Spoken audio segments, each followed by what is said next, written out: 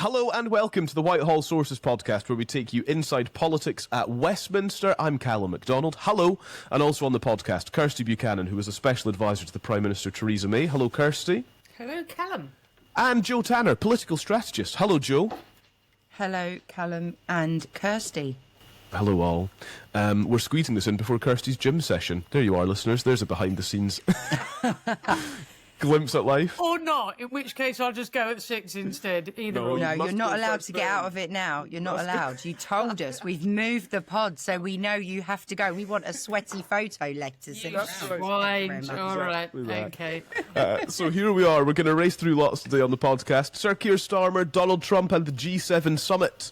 The Israel-Iran conflict was surely top of the agenda, and it definitely remains top of the news agenda. It's unpredictable, it's uncertain, and that's just the President of the United States. We'll try to consider what it all means for you this morning. MPs as well in the House of Commons have been voting on serious issues, really changing society this week. Yesterday, an amendment decriminalising abortion up to the point of birth for women in England and Wales. And on Friday, there's going to be a vote on assisted dying legislation. Society is changing in this Parliament. We'll consider the seriousness of that, of course, as well. You can watch us on YouTube. You can find us on X and on TikTok. Subscribe to our mailing list at whitehallsources.com and drop us a WhatsApp message, ideally a voice note, actually. You can get in touch in any case. The number is 0333 404 6507 and start your message with the word Whitehall. Thank you for finding us. Subscribe to the podcast and we'll drop into your feed every single week. Let's begin then with President Trump demanding an unconditional surrender from Iran, warning its supreme leader that he is an easy target who would not be killed, quote, at least for now. Donald Trump says he said nothing to indicate the US is preparing direct missile strikes on Iran. That's according to the British Prime Minister, Sir Keir Starmer. I wonder, though, Kirsty, if that situation has changed. Donald Trump has been posting profusely on Truth Social, and it's difficult to anticipate where America is going to end up on this, and therefore where the world is going to end up on this. And I don't say that lightly. This is hugely significant this week. It is. I mean, look, the Prime Minister is quite right to urge de-escalation, but, you know, he spent the entire week looking like he's kind of shouting into a bucket and nobody is hearing him as this, you know, ongoing conflict between Iran and Israel intensifies night after night after night. And Donald Trump has moved from a position over the week. This feels a little bit like some sort of post hoc rationalisation. Donald Trump started saying kind of nothing to do with me, Gov. You know, we are not involved in this.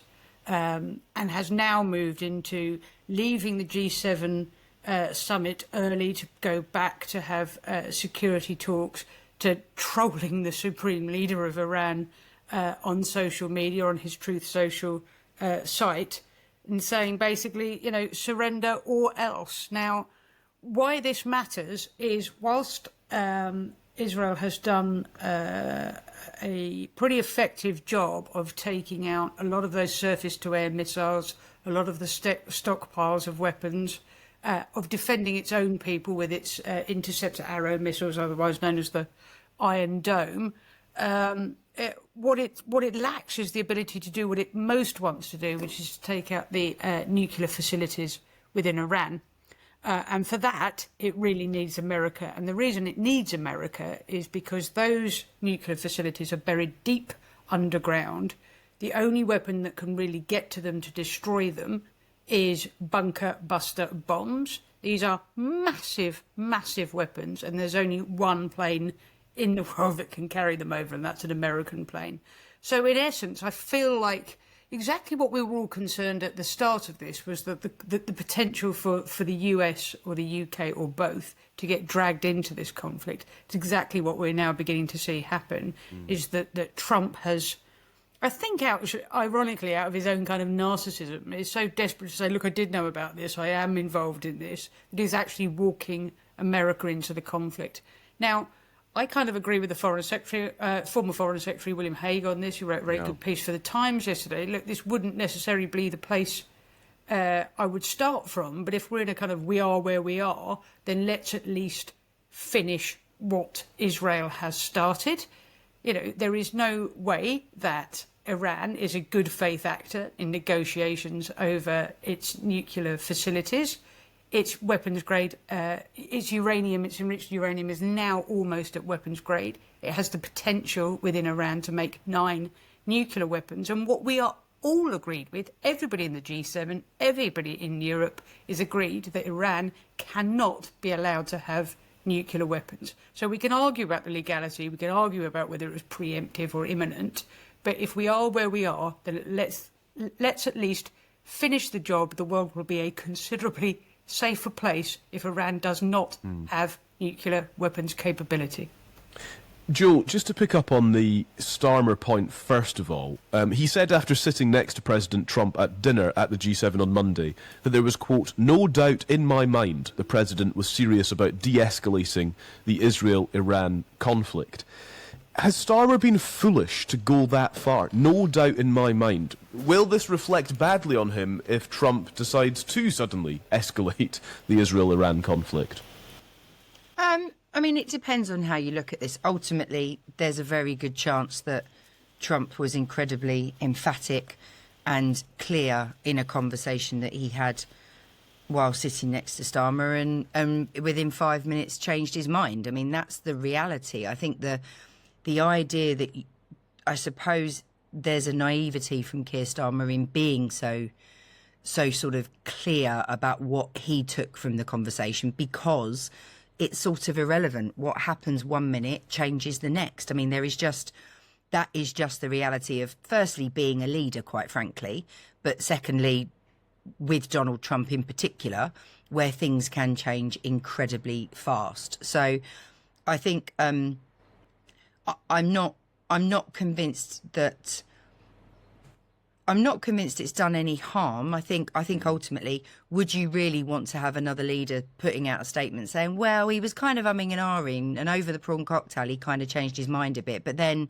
when we got onto the steak, it kind of he came back, he pulled it back a bit, but then actually by the time we got to dessert, he wanted to bomb the hell out of them. Like, it's just, it isn't, you know, I do find these running commentaries on defence sort of issues and sort of military actions, it's incredibly difficult, because ultimately, why would you tell anybody what's going on? You know, we're aware of probably a minuscule amount of really what's happening, and that is the way it should be. But, you know, it wasn't as if Keir Starmer was the only person that supposedly got it wrong. When you look at Macron's statement as well, saying as to why Trump had left in the first place, when he left early from the G7, it was said that it was because he was going to look to work on a ceasefire, and then Trump sort of came out with his very forceful statement saying that Macron got it wrong, because he always gets it wrong. So I just think it's the reality of dealing with Trump. And it's interesting, Joe, isn't it, that Trump has gone out of his way to slap down Macron, but not said anything about, you know, Starmer's interpretation of it. I mean, everybody gives Keir Starmer a lot of flack for a lot of reasons, and some of them quite fair. But one thing I think that it would be churlish not to acknowledge is the fact that actually Starmer has been very good at handling Donald Trump. We saw the sign-off of that sector deal. It's not a full fat trade deal, but it has given key sectors in the British industry some significant relief from tariffs. And that is because Starmer has managed to handle him well. We all had this question about, how do you handle a bully? Do you stand up to him? Do you flatter him to deceive, as it were?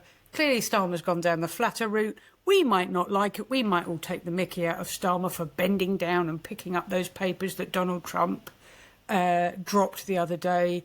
And, you know, so it speaks to a deeper truth that Britain is, you know, America's poodle. Well, let's be honest, we've always been the junior partner. And what matters with a man as capricious and difficult to deal with as Donald Trump is how you can get the best out of him that you can, given the nature of the man. And, you know, fair play to Starmer. He's done a better deal of it than probably most European leaders. Yeah. And actually, when you look at the conversation they had next to each other, Trump was very nice about Keir Starmer. He actually said, he talked about him, I can't remember the exact language, but he talked about him doing a good job or something. He said something that was quite complimentary. And I think, you know, ultimately as well, we give the civil service a hell of a knocking at times, but actually there has been a significant effort and, you know, an approach that You know, Keir Starmer, yes, I think, yes, we should give him the credit, but also we should give the credit to the fact that there is a machine behind him that has been working out how to deal with Trump and how to deal with his administration. And they've clearly been, you know, considering the back foot they were on with all of the tweets that were sent last year and the difficult narrative that was set around him and the UK, quite frankly, I think they have played it incredibly well. And sort of a sign of our decent... I mean, what could Starmer have done at the point at which the trade deal was dropped? You know, but he's had a bit of flack for the fact that he bent down and picked up all the papers. But if they just let them flutter around, it would have looked like it wasn't worth the paper it was written on. So that would have been the narrative. But, you know, the fact that he picked it up, did the right thing, I think, you know, good on him. He's a decent guy and he did what was needed in the moment. Yeah. Just as we're speaking, the Iranian Foreign Ministry spokesman has said any US intervention would be a recipe for an all-out war in the Middle East. And I suppose that is the real concern, Kirsty, is the level to which this would escalate should the US get involved. Already comparisons are being drawn to Iraq, although I do wonder if there's a slight difference with Iraq, because it feels to me like Israel in some ways is doing everyone a favour by taking on Iran. That actually it's been the kind of unspoken challenge for so long is how to deal with Iran, and here comes Israel to bomb them. Regardless of people's reservations about Israel's ongoing actions in Gaza, I don't think we should conflate that with what is happening in Iran. Iran is not a good faith actor on the global stage. It wants nothing in life but to eradicate Israel and all the Jewish people in it, and then preferably come for the rest of us heathens too.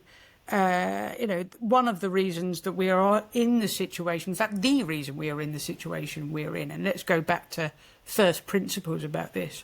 October the 7th happened. Hamas didn't get up one morning and go, do you know what? You know, we found some paragliders at the back of the shed and we're going to, you know, embark on this horrendous massacre. This was years in the planning and years in the funding, and it was funded and planned by Iran. Why? Simply because it wants the destruction of the Israel state and every single Jewish person in it. Israel has lived for decades surrounded by what it calls the Ring of Fire, which is the proxy militia or terrorists, prescribed terrorists in our country, of Hezbollah to the north, of Hamas along the Gaza Strip. There were, you know, militias in Syria, and, you know, when they're not contending with all of that, you know, we would have Houthi missiles firing from time to time as well. So all of this, the first principle and Israel's greatest enemy was, and always will be Iran. Iran is the greatest exporter of terror in the world.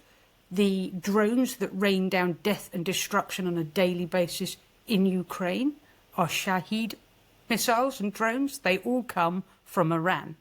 So, you know, I think we need to be able to set back, separate out our concerns about proportionality and the ongoing casualty conflict, you know, civilian conflict as a result of urban warfare and Hamas's, you know, determination to embed itself within its own population in the Gaza Strip, and say, actually, yes, Israel, if it succeeds in its mission to make sure that Iran cannot get nuclear weapons, you know, and we are not talking about regime change here. What we are talking about here is the principle of stopping this country, this huge exporter of terror, from getting enough enriched uranium to make 9 nuclear weapons. If it succeeds in that mission, yes. Will it make things less safe for us too? Yes, probably it will. But let's get real. You know, Iran has never wanted anything other than the destruction of America and Britain. In the last 5 years, our secret services have thwarted 20 attacks by Iran, not least one last month when they were plotting to blow up the Israeli embassy. You know, this is not a good faith actor. It does not respect the international rules-based order of things. It is a mass exporter of terror. And whether we intervene or we don't intervene, we will never be safe until Iran is brought to heel. On the intervention point, Joe, on Britain's position in all of this, Starmer is absolutely speaking about de-escalation. That is his objective. That is a shared objective, etc. And I want to put to you a point that I was reading in the Telegraph actually this morning. This idea that Starmer wants to keep Britain as far away as possible from this campaign, at this point, there is no reason to suppose that that position would change, even if American forces were to suddenly join the assault in some way. Does that place the UK in an odd position? And by that I mean whether there is then no reason for Iran or Israel, or indeed the US, to listen to anything that the Prime Minister or the government says on this. Britain wants to have nothing to do with it, and therefore it can expect to have zero influence over what actually happens next. I think, yeah, there's an argument for that. But again, I think we are not necessarily going to be advertising what we will or won't be doing. I think it's safer and it's simpler to just say we're not going to be getting involved until we're going to be getting involved. You don't really say, well, we're ready to get involved should we need to. I don't think you really give that away and cause that, start that debate or get that thing going. I think if you were the Prime Minister, you would then basically decide that you have to do something, and the moment you have to do something, it all happens. I don't think you sort of give a 1 week, 2 week, 3 month warning that you might be considering it. I think, there is an operational reality to anything that we do that we also have to be considerate of. And I think, I should hope there'll be a better process than there was over the Strategic Defence Review, and that, the key politicians that need to know what's going to be happening when it does happen, if it happens, will have that conversation. But I think, I don't know, I mean, I'm still sort of curious about the whole Trump leaving the G7 and whether he just got fed up with everybody else and just decided that he was sort has of the too attention far span of this pen, so it's not unthinkable, is it? I'm going home for my tea. I'm having a... But just, that sort of bit where you go to an event and, maybe...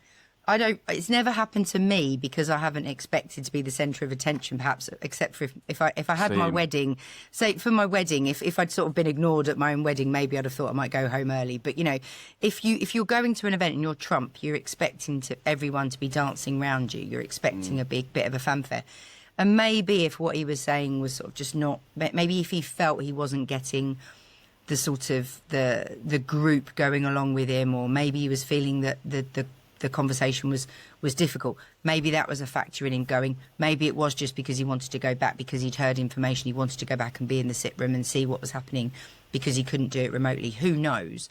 But I think that if anything, we are probably in a better position in terms of a conversation with Trump and being listened to by Trump. But let's face it, as far as Trump's concerned, anyone in Europe is a bit discredited anyway because of the whole defence funding issue. He's not exactly huge fans of our approach on most things as a group, let alone individually. So I certainly don't think it puts us in a better position. He's 79. I think he went home because he didn't know how to work the Zoom link for the sit room. That's a good take. I like that. Just as a final thought on this particular section of the pod, just to kind of put the converse... President, you're on mute. We can't hear you. But on a practical note, if you were going to make a major intervention, right? If he was, though, the optics of actually being in the sit room and being sort of with everybody. Oh, I love all that. It's all part. That's what he wants, right? He wants all of that. I mean, it turns out he appears to have just gone back and been posting online like he could have been doing wherever he was. But I think the optics of it, of instead being, the optics of being with all the other leaders and eating fancy food and being protected from the bears is probably not quite the optics you want. You want to be back with your people and in the midst of having all the... I'll tell you what's happening. That Nobel Peace Prize gets further and further away with every day, doesn't it? Yeah, well, indeed. Sorry, Mr. President, did you say bomb or don't bomb? The signal just glitched a little. Bomb or don't bomb? Don't bomb. The flip side of the question I just put to Joe, Kirsty, is this one. If America does join forces with Israel, and if this crisis ends with completely, destroying Iran's nuclear program, and perhaps even regime change, does Britain want to be a part of that? Should Britain want to be a part of that? Well, look, whether Britain will be a part of it or not, I suspect will be dictated more by events than anything else. And I suspect that Starmer will try very, very hard to keep out of it. Let's not forget that just before all this kicked off, there was a diplomatic spat between Israel and the UK government, because it had sanctioned a couple of his ministers for settler activity in the West Bank. And so actually Britain, Netanyahu made a big point of saying Britain was not informed before it started its current action in Israel. And there is a slight, fracture between them at the moment, because Labour has got one eye to the, domestic politics on this. So I think that it will try and keep out of this conflict as much as possible. There are immediate impacts, however, for British people. For a start, there are 40,000 Brits trapped in Israel. And I think one of the growing stories, undercurrent stories of this conflict right now is how slow the Foreign Office has been to providing any proper advice and evacuation help for those Brits caught in Israel at the moment. I read this morning that, hundreds of people have managed to make their way out of Iran, and yet we've still got people saying, ringing up the Foreign Office and being told, register what you need. Yeah. That's the wrong way round. Tell us how you're helping and we will do what you tell us. I think that's one of the problems. Obviously, regardless of whether we do or do not get involved in this, look, from Iran's point of view, America is great Satan and Britain is little Satan. I think we need to be mindful of the fact that there will probably be an uptick in attempted, at least lone wolf terror attacks in this country. And then, of course, there's the economic impact. If any of this starts to impact on Iran's supply of oil, that will have a huge upward pressure on our cost of living, and we will feel it all in the petrol pumps and in our weekly income. So there's lots of very real world impacts for Brits, whether the British government gets involved or not. Yeah. Lots then to unfold in that situation, something we'll probably return to, I would have thought. On that, thank you both. Right, let's go on to things at home, shall we? And let's begin with this. MPs have voted to change abortion legislation to stop women in England and Wales being prosecuted for ending their pregnancy. The vote to decriminalise the procedure is the biggest change to abortion law in England and Wales for nearly 60 years. Women who terminate their pregnancy outside the rules, for example after 24 weeks, will no longer be at risk of being investigated by police. The law will still penalise anyone who assists a woman, including medical professionals, in getting an abortion outside the current legal framework. It was a conscience vote, so MPs could vote according to their own personal beliefs. It was an amendment to the Crime and Policing Bill. It was passed by a majority of 242 votes. Joe, I think my initial question actually on this is around whether this offers clarity or confusion in some ways. The current law states that abortion is illegal, but allowed up to the first 24 weeks of pregnancy, and beyond that in certain circumstances, such as if the woman's life is in danger. Women can also take medication at home to terminate their pregnancies under 10 weeks. So I just wonder if actually this creates more of a kind of patchwork law that is difficult and confusing to navigate. Yeah, it doesn't feel like this has been done particularly well.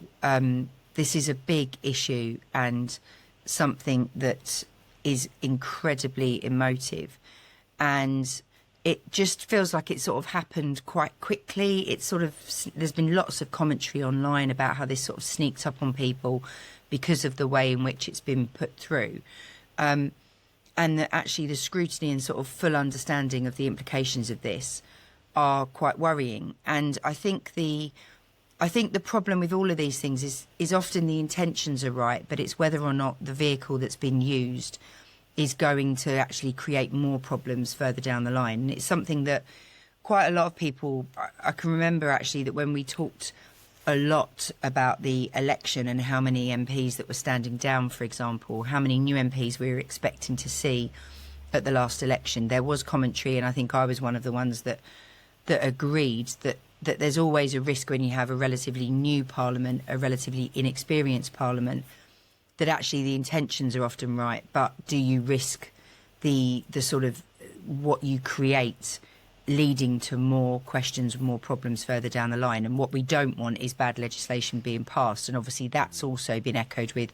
what's going on, the concerns about the assisted dying bill and the fact that it's not been seen to have had the same level of scrutiny that sort of seismic issues like this would normally have. And it's all really unfortunate that it's all happened in the same week, because we've got the assisted dying bill later this week, the vote again, and obviously we've just had this happen. So it does feel like there's quite sort of big conscience issues that are happening very quickly. That even I'm not even sure that certainly with the abortion stuff, it feels like it happened so fast and came relatively from nowhere that on a matter of conscience, I'm not even sure that MPs would often on a matter of conscience would say that they were going back to their constituencies and were going to talk to their constituents about their feelings on the matter.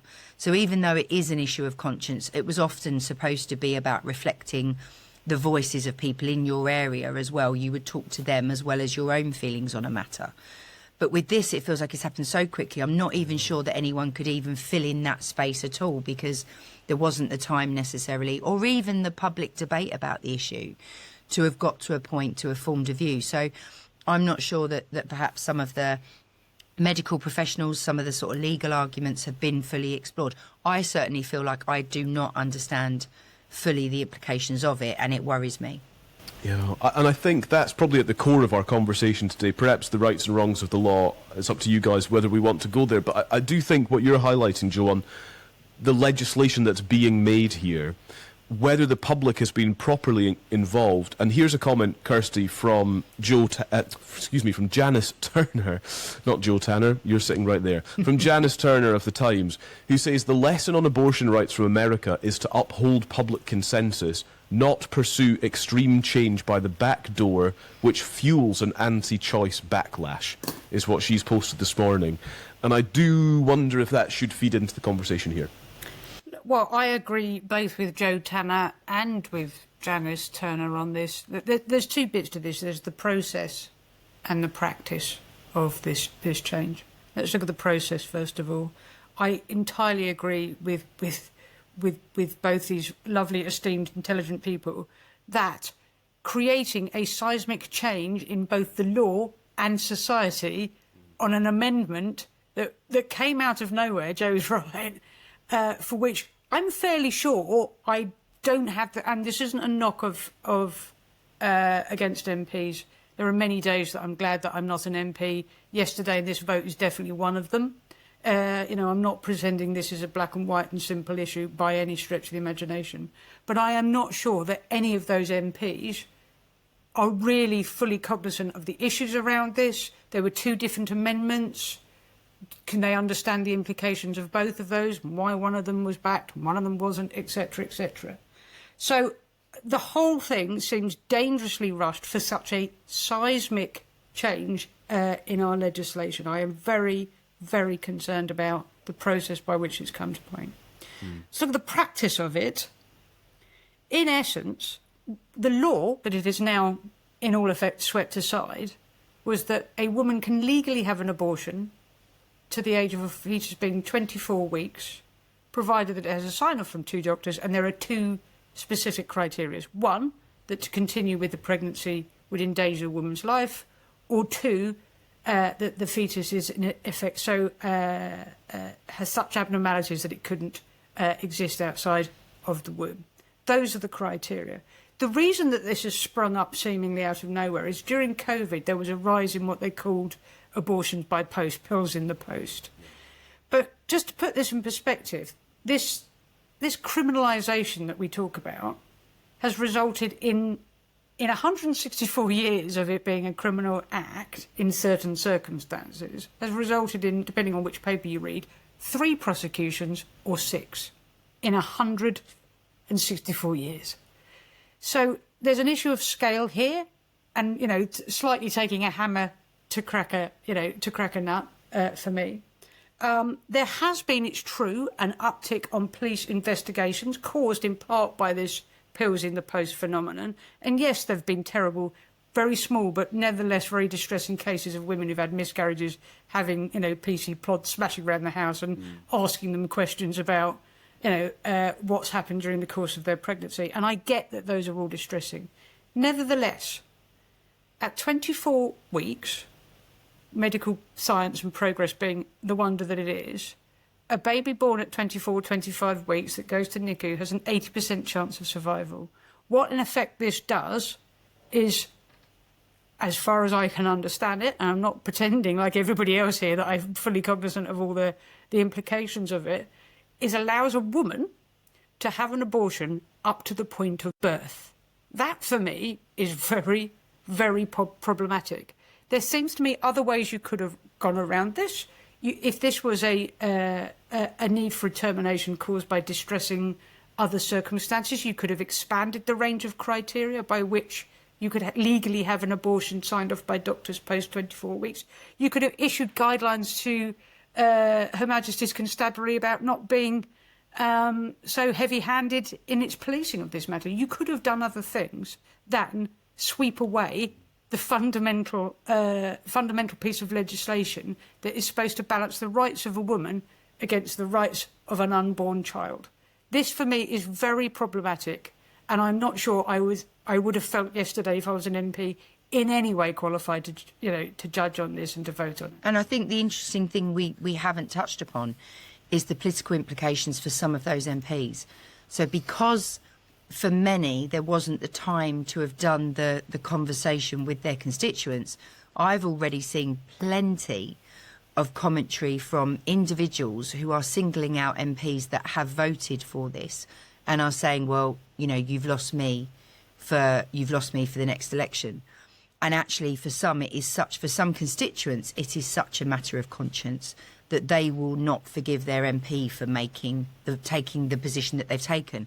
And I think that there's we have to remember that even on matters of conscience, it's not like the public just go, oh, that's fine, that was your view on that. It doesn't work like that. You are still representing people throughout. You're not politically aligned when you are taking that position, but you do have to remember that your position on these matters, it's not as if votes of conscience are suddenly hidden from the public view. What you do is still a matter of record, and that is something that those MPs will have to defend for the next 4 years before, if they're going to restand for election. And that's a big issue on something that is, for some, it's a huge matter of principle and often faith about how they feel about these issues. And I think for some MPs, I do wonder if some have considered the wider implications of the position that they took, because generally, in my experience on previous, I've done, in my sort of almost, over 20 years of doing this sort of stuff, speaking to MPs when they have these big votes, they will spend weeks where they will, they'll send out sort of surveys, or they will be speaking to people at different events. They will spend quite a lot of time canvassing opinion, and I'm just not sure there was the time to do that before this vote happened. And so we await the assisted dying legislation on Friday as well. I would just direct you, we'll probably get her on again at some point, but Nikki DaCosta's tweets on this have been, I think, very well received on the whole. Because they have been working through she's former number 10 director of legislative affairs. She's been on the podcast, friend of the podcast, but she has been sort of going through what the various amendments have meant on assisted dying, what they will mean and how they change the legislation, etc. So the next vote on that comes on Friday. And Calum, a very interesting thread that was started this week when she had an interaction with ITV's Paul Brand, yes, who actually asked her if she was receiving money from any groups because of her forensic analysis of what's been going on. And she came out and gave a very sort of quite passionate defence of the fact that she's been looking at this and has just been very concerned at the way that it's been moving, and wanted to state the position that she's been doing this because she actually cares about the legislation. That's why she was Director of Legislative Affairs. Yeah, and has not been taking money from anyone. That she has been doing this as a matter of principle. I want to have a look at this. I mean, the primary issue with that is it's come as a private member's bill, and so therefore whether it is actually a kind of coherent and sensible way to progress something, as we're talking about, that is such a potential huge change to the makeup of society. So I would direct you to Nikki DaCosta in the interim, and we'll talk more about assisted dying of that, you can be sure. Right, just want to spend a few minutes then on the latest government U-turn. And this is on grooming gangs and an inquiry into grooming gangs, which has now been confirmed by the government. The Prime Minister has actually defended accusing the Tories of jumping on a far-right bandwagon when they called for a national inquiry into grooming gangs in January. He's pointed to the fact fact that they did not launch one when they were in government. Not without merit to point that out. This all follows, of course, recommendations from Baroness Casey, Louise Casey, who carried out this rapid review to audit really what had happened, the sexual abuse that was carried out by grooming gangs in England and Wales. Arguably, comments by Elon Musk brought the scandal back into the spotlight at the start of the year. Combined with political pressure from Reform UK and indeed the Tories, the government initially resisted calls for a national inquiry. They said they wanted to focus on implementing recommendations from Professor Alexis Jay, who carried out a 7-year review into child abuse. Worth noting that review concluded in 2022. So the government's position has changed following Baroness Casey's audit, which recommended an inquiry, Kirsty. Is there something noble in that? What, in the U-turn? The U-turn? No, there's nothing noble about being dragged to the right position after 6 months of resisting it and making political hay out of it. Look, one of the many benefits of working in government, both on the political side and on the civil service side, is that you get to work with some incredible human beings.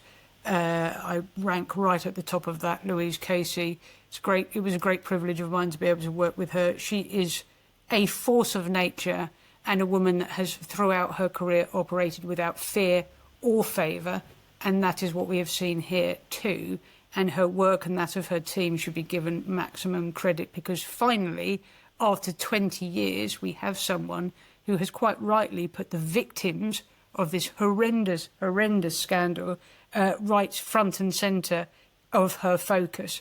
Now, it's also worth reminding people that when Louise Casey started this review, she was minded not to have a national inquiry.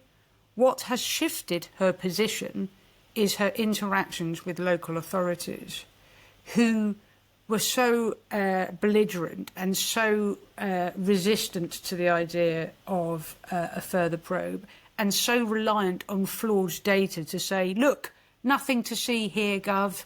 There is no substantive, data evidence to support the idea that we have a specific problem in towns with Pakistani grooming gangs.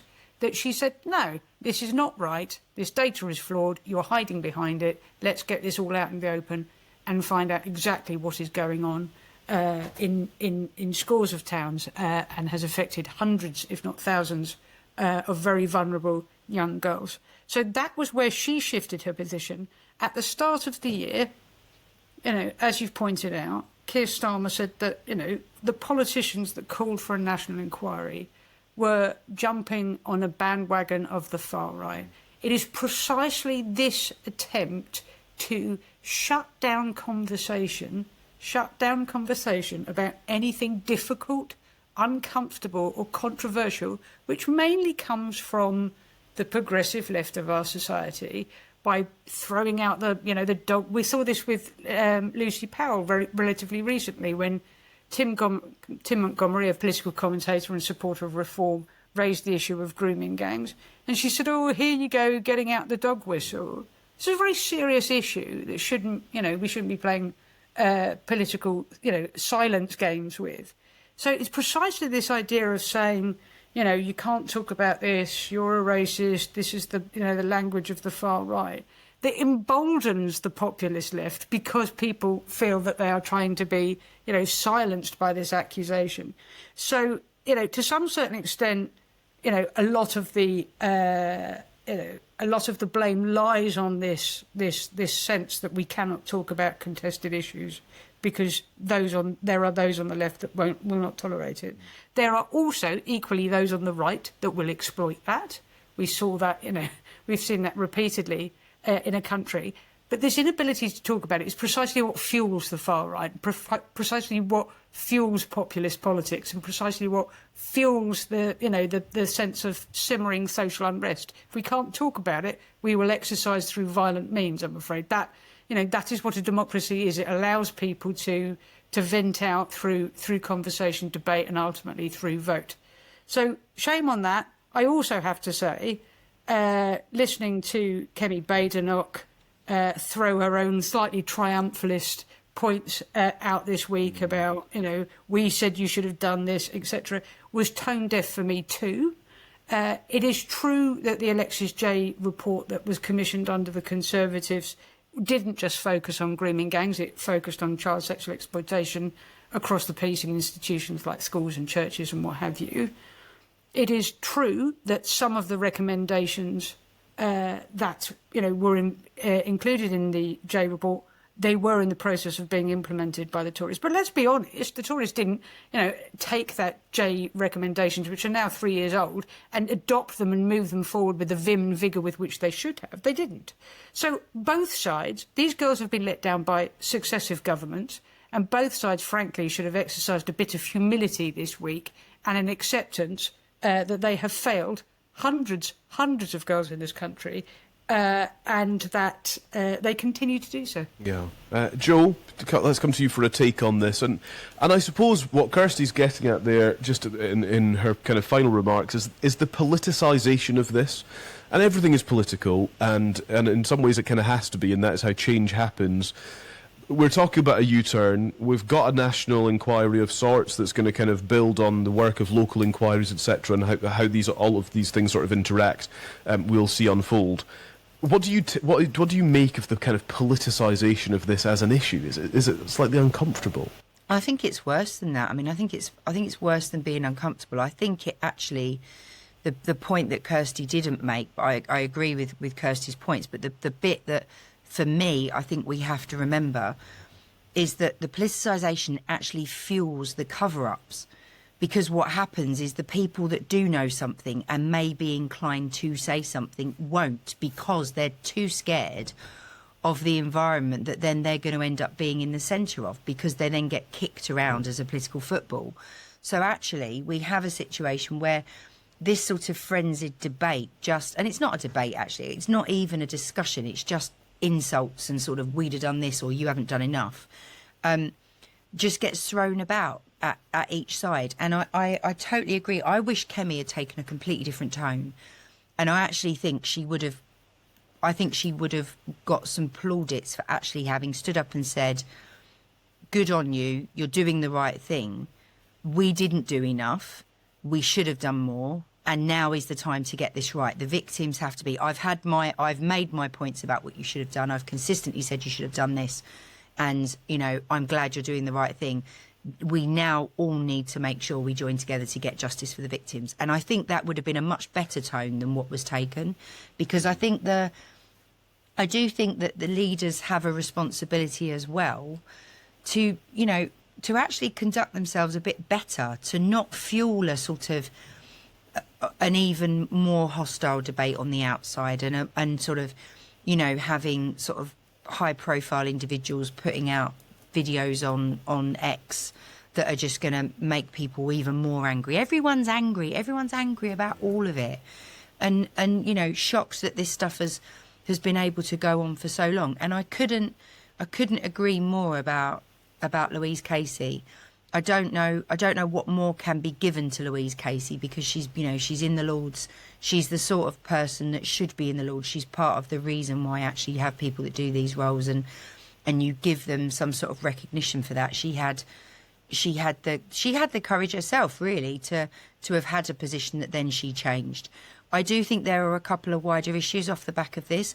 Number one is, we need to be really, really considerate about how much decision-making has been allowed to happen at local level, and the agenda of devolution, and actually how much power there is at a local level, that actually, when you look at what happened here, it showed where you do need more national intervention, and it's something that we should consider more.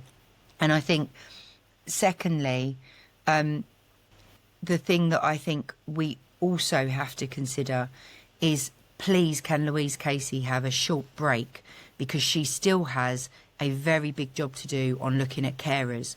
And if she has got anywhere near the same amount of gumption that she showed on this issue, then I actually think there might be some hope for our care system in the future. And I hope she has a very big gin and tonic and puts her feet up for at least a week or two before she gets back to that important work, because there is a whole group of people out there that are desperate for some significant national change on that issue. Yeah. Guys, thank you both very much indeed, Joe Tanner and Kirsty Buchanan. Kirsty, I think we finished in plenty of time for you to make your gym session, just for the record. Damn. No excuse. I thought she'd be decked in lycra. I was very disappointed that she wasn't for this. Well, underneath this very posh shirt, mate, is my gym gear. So I'm just going to whip it off like a rubbish Superman and run off to the gym. No rubbish Superman about you, Kirsty. Come on. True. You are Superwoman to us every day. Every single time. Thank you. Kirsty and Joe, thank you both very much indeed. We will catch you again next week on the Whitehall Sources podcast. Make sure you subscribe. Keep in touch with us as well on WhatsApp or on email. You can email us hello@whitehallsources.com, and we'll talk to you again soon.